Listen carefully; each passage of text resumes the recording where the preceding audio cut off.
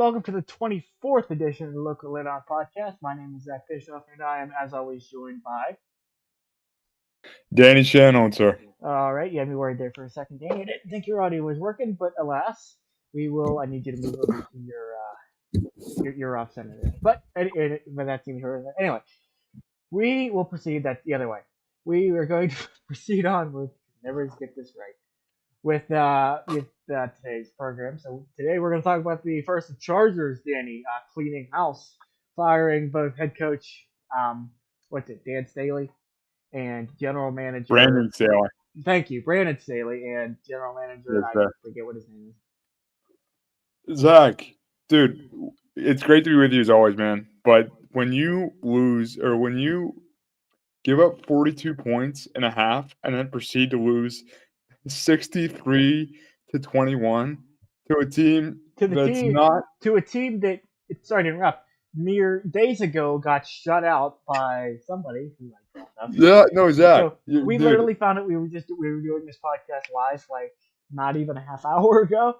So we really weren't able to do much in the way of show prep prior to the program taking place. No, Zach, dude, you're exactly right, man. Like, I know we're Steelers fans, so we have no room to talk considering we lost to back-to-back 2-win teams. But the Raiders, that win moved them to 6-8. And, Brandon Staley is a guy that's thought to have been, the Sean McVay kind of 2.0 because how much he relies on, analytics and how much he, trusts what the computer tells him and how he's supposed to be this innovative coach for the next generation. And I think there was some of that to begin with. When the Chargers, when he kind of brought a fresh look to the Chargers. But man, oh man, Zach, when you give 63 points to the Raiders, like something's got to change. And the Chargers, I feel like, are always a team. We always hear everybody talking how this could be the Chargers' year, and if the Chargers just stay healthy and win the games they're supposed to win, they'll be right in the mix. But they never are, Zach. And I think that Brandon Staley had his leash cut short, and for good reason. Yeah. And Jack, to pivot to the Steelers here and how this kind of makes the Steelers look like, Brandon Staley, again, as we mentioned, was a new innovative head coach that was thought to bring great change to the Steelers organization or the Chargers organization. But they, at the end of the day, their owners decided to clean house, letting go their general manager as well. But Zach, that makes me think, like, how much longer can Tomlin's leash be? Should Tomlin's leash be? Because this is a young guy that had his chance, and it obviously didn't work out for him. Mike Tomlin's had his chance these past 17 years. 17 years, yeah, right. And we've only won 4 playoff games since 2016.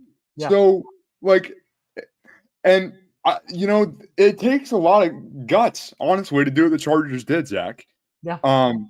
So, like, honestly, credit to them because they realized in the middle of the season that, man, oh man, this isn't working. So, I mean, I'm gonna obviously the Chargers are sitting at 5-9 after that blowout loss. So this year, the rest of the year is kind of a throwaway year a little bit. But like, I just am gonna be curious to see kind of how the Chargers approach in rebuilding the leaders of this franchise.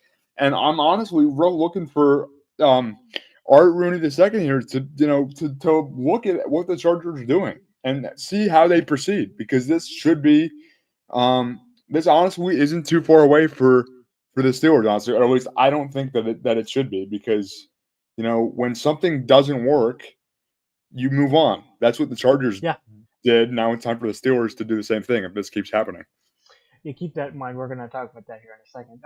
But first, moving on to the AFC playoff picture, Danny. Your thoughts with currently, I believe it is 5 or 6 teams currently sitting at a record of 7-5.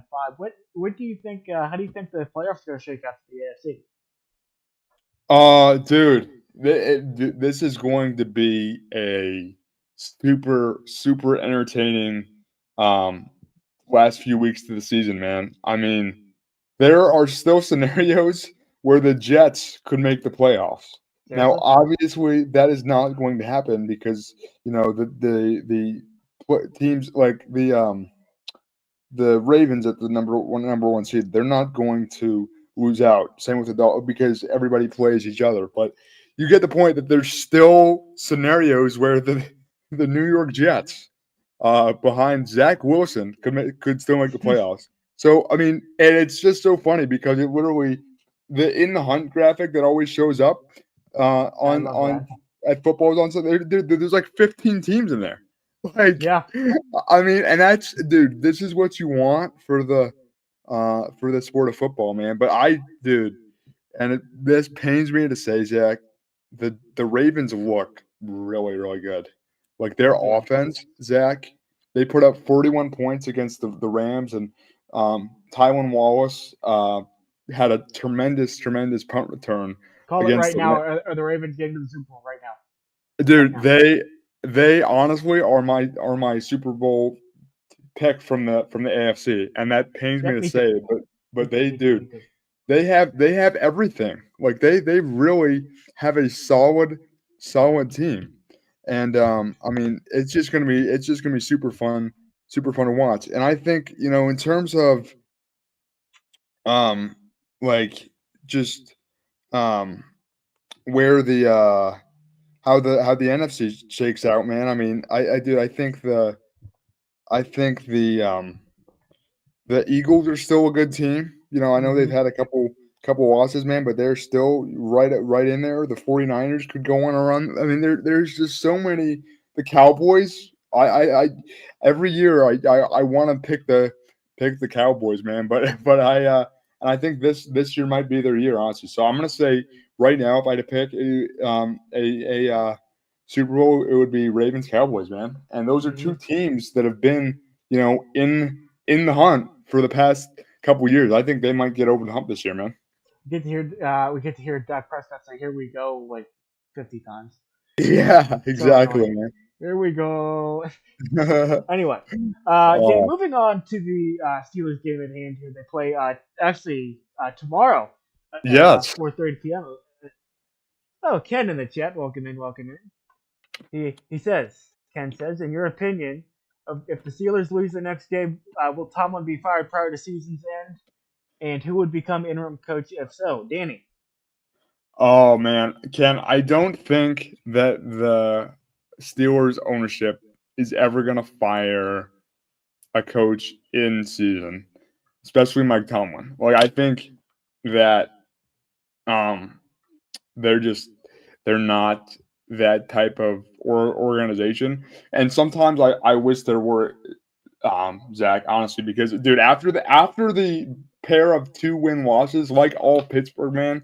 I mean, dude, I needed a day to collect my thoughts, man. I mean, it was rough coming in on Friday, man, and just having to deal with that, watching all the action on Sunday.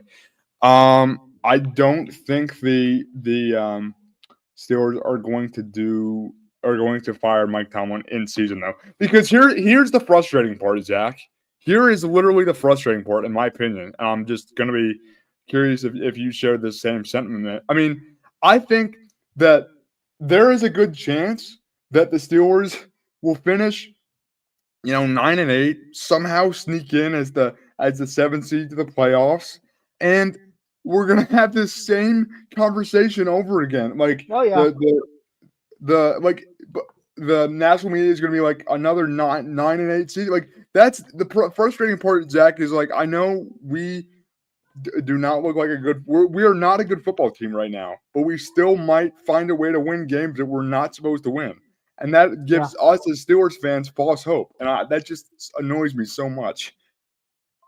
yeah. Thanks for the question, Ken. By the way, yeah, Ken, if the Steelers lose, and that segues into our next segment again. If the Steelers lose, I feel like Tomlin should at least be on the hot seat because Yes. then the national media. It is. I have not yet found a national media member that has put Tomlin on the hot seat. For Yeah. whatever reason, Tomlin and like guys like Jay Glazer Yeah. in the national space really go as far as they can to defend Tomlin. And I think that if the Steelers lose tomorrow, that I think that he should at least be on the hot seat. Yeah. I don't think they'll pull a Chargers and do it the next day, but Right. I think it should be at least be considered. But I don't think it'll happen in the Steelers organization.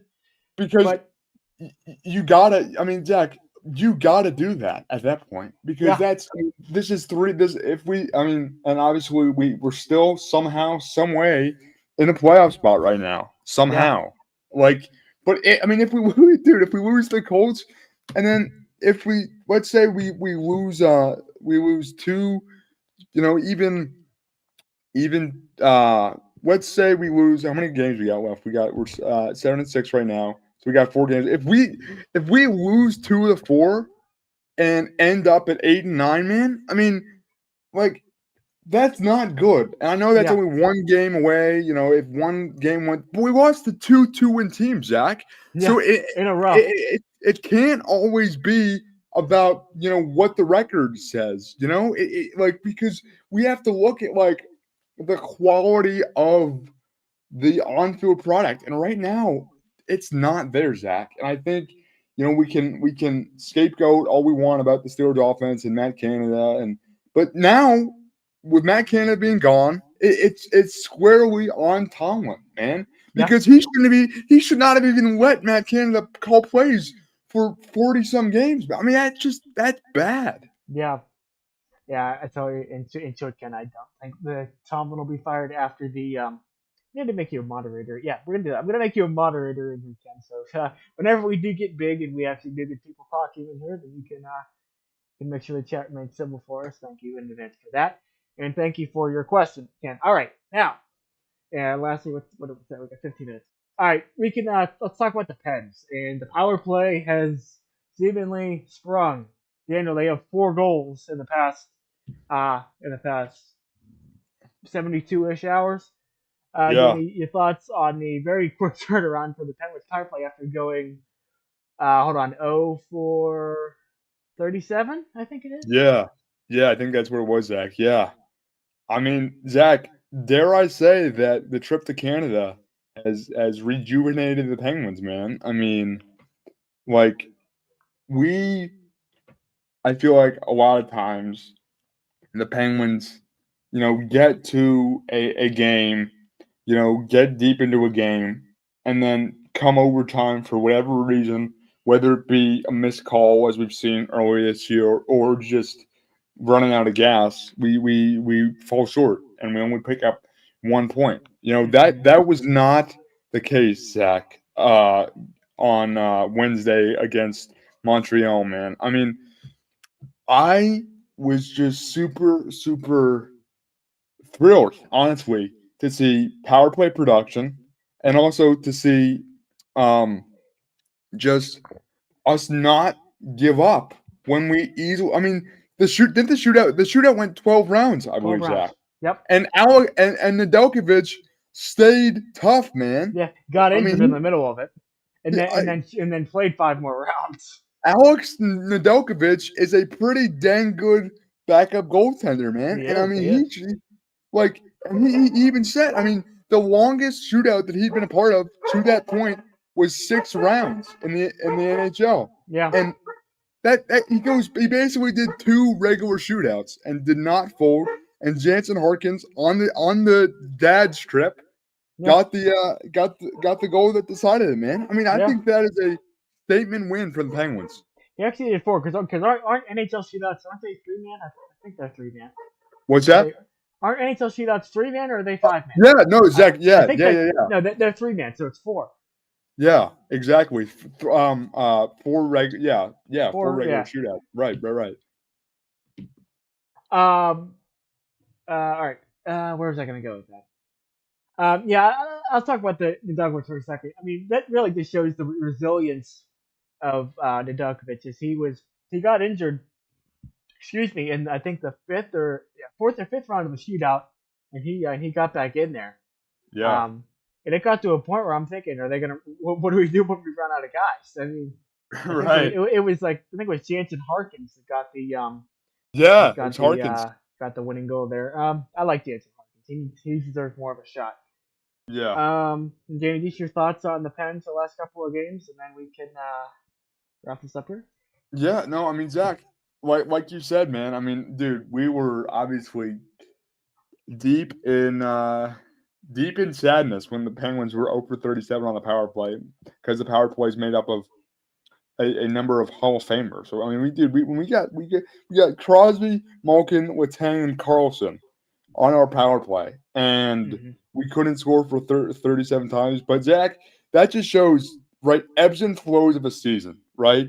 And we just gotta weather the storm and peak at the right time, And I think, I mean, when you take care of business against the Coyotes, man, and beat a team like Montreal on the dad strip, which dude, I think the dad strip for the NHL is just Yeah, super awesome. Like, dude, I mean, I just love watching their celebration after the end of that shootout. But yeah. I mean, Zach, it's gonna be the Maple Leafs. We play the Maple Leafs tomorrow, and the Maple Leafs, looking at the record right now, 15-6-6, Zach. So Yeah. they're always in the mix, and they're a high powered offense, right? Yeah. So our defensively, we definitely got to kind of Yeah. keep I, everybody at bay, But Zach, I'm obviously super excited that we finally got to, and I hope that we can get to sustained success on the power play. yeah. I'm really hoping about that, man. Yeah, we have a busy day Saturday, Ken. We're going to talk about some Pitt basketball for you here in a second. We got South Carolina State playing Pitt in basketball at 2 o'clock tomorrow. We got the Steelers at 4:30. We got the Penn at 7. So a full day of football. All right. Man, Let's talk let's about go. Pitt basketball first for Mr. Ken out there, and then we can talk about the tips to win for the Colts, Steelers v Colts, and then we can wrap this thing up. So first, Danny, your thoughts on Pitt basketball as we sit here Yeah, today? yeah, playing South Carolina State tomorrow, Zach. And South Carolina State is a team that we should beat, right? I think that kind of goes I without. saw we're favored by 27.5. So Yeah, that kind of goes without saying, obviously. But you never want to take a team for granted, And I think any team in college basketball can hit shots. You know what I mean? And correct. just go on runs. But Zach, I mean, we got South Carolina State, and then we got Purdue for a win, and then then it really kind of ramps up here, man. I mean, we got Syracuse, then UNC, and then Louisville. So we get right into ACC play in these next after these next two tune-up games against SC State and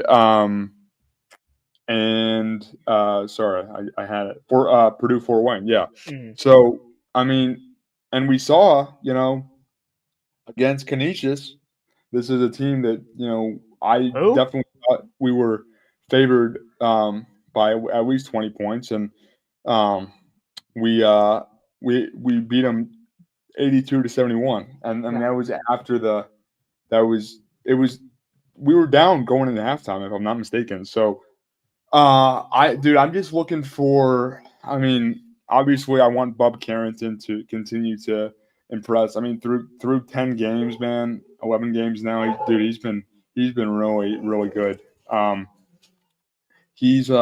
feel like that with the Diaz Graham twins too. Like we have the potential. We just gotta be consistent. And I mean, with a guy like Blake Henson, I mean that West Virginia game, man. I mean, you can make a case that he was the best player on the floor. He was the best player on the floor. And as a result of that game, you can make a case that he's one of the best shooters in college basketball. So I think the biggest thing for Pitt is obviously rebounding because there were times in that Canisius game where Pitt got out rebounded. So rebounding is going to be a vocal point for Pitt in ACC play, especially. But I mean, how can you not be excited to watch a Pitt team with a number of new faces, man. I mean, we talked earlier. I mean, dude, we got um, Ishmael Leggett that was a tremendous player at Rhode Island, and he's been really good. He just got to, again, consistency is the name of the game for Pitt. Just because he can shoot the lights out of the ball when he's on, you just got to make the routine plays routinely Yep. to quote a Tomlin, get a Tomlin quote in there. But I'm excited, man. I'm excited. Danny, call it right now. Is this Pitt team in the mix in March? Are they one of the 64? I think so, Zach. I I say think yes. so. I mean, I think so, dude. I I think I, I, I think so too. it's going. I I think it'll be a lot like last year, where it's going to come down to the ACC tournament, and we got to win a few games there to really solidify our spot. Like we're going to be on the bubble, man. But I think like looking around the ACC, obviously, I mean they're like obviously UNC and Duke are big competition here, and Miami's always tough. But like this conference is pretty wide open. It's yeah. not like Duke a few years ago where we just remember when Pitt just got absolutely annihilated by Zion Williamson and RJ Oh Barrett. yeah. Yeah. Those like I mean, it's Duke's not like that anymore. The ACC, for better or for worse, probably for worse, isn't like that because now our strength of schedule isn't as good. But I mean, for a team like Pitt, it's better to be in a wide open field. Because Pitt's never, aside from the Big East days where we were ranked, nationally, like right, the Pitt program isn't built to be a powerhouse. But I definitely see this team getting to March, just Yeah. scratching and clawing and finding a way. Because we are very gritty, Zach. You know what I mean? Like I just love that our team hustles, man. Yep. So I'm excited, man. And Danny, very quickly, your thoughts, or I'm sorry, not your thoughts, your tips to win for the Steelers versus the Colts.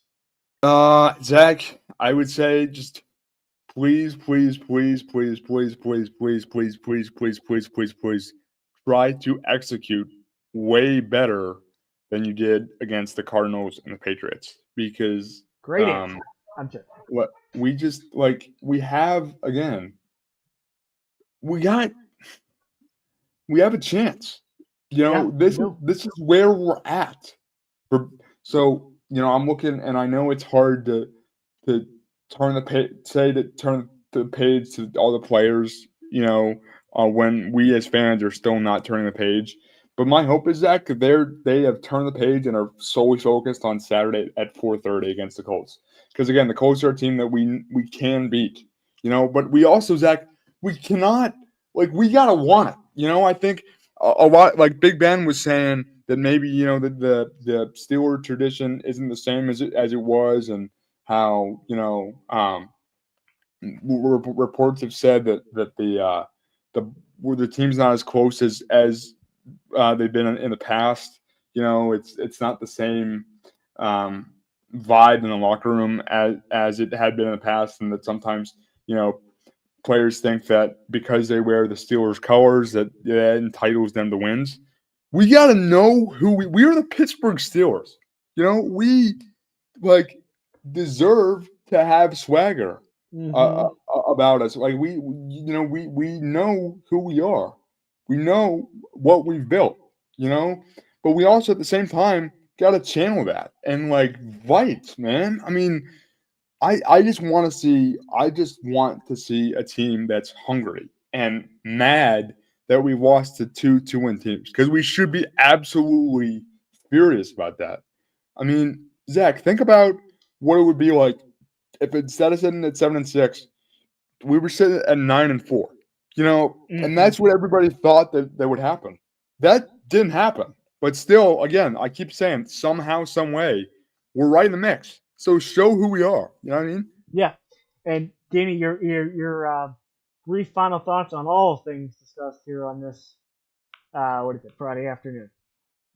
Yeah, Zach. No, man. I mean, dude, like you mentioned, we have a ton of Pittsburgh sports on Saturday, and I am absolutely here for it, man. I mean, it's just going to be a great Saturday and a great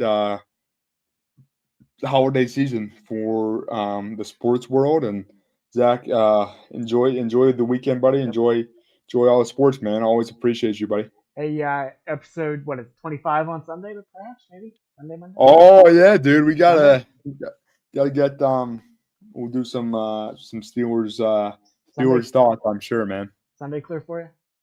Yeah, should be. We could probably Okay. go in the morning. All right, you heard it here first. Episode number 25 coming at you on Sunday at a time to be determined. Dan and I will talk about that off the air. As always, thank you to Ken for the question and always tuning in, sticking with us all the way through the episode today. Thank you, sir. And thank you to Danny for all of his work. He has disappeared off the screen. And lastly, thanks to everyone else who listens or watches this episode after it airs. Until next time, he's Daniel. I'm Zach Bischoff, and we will talk to you next time right here on this has been the 24th edition of the Local Lowdown podcast. Thank you for watching.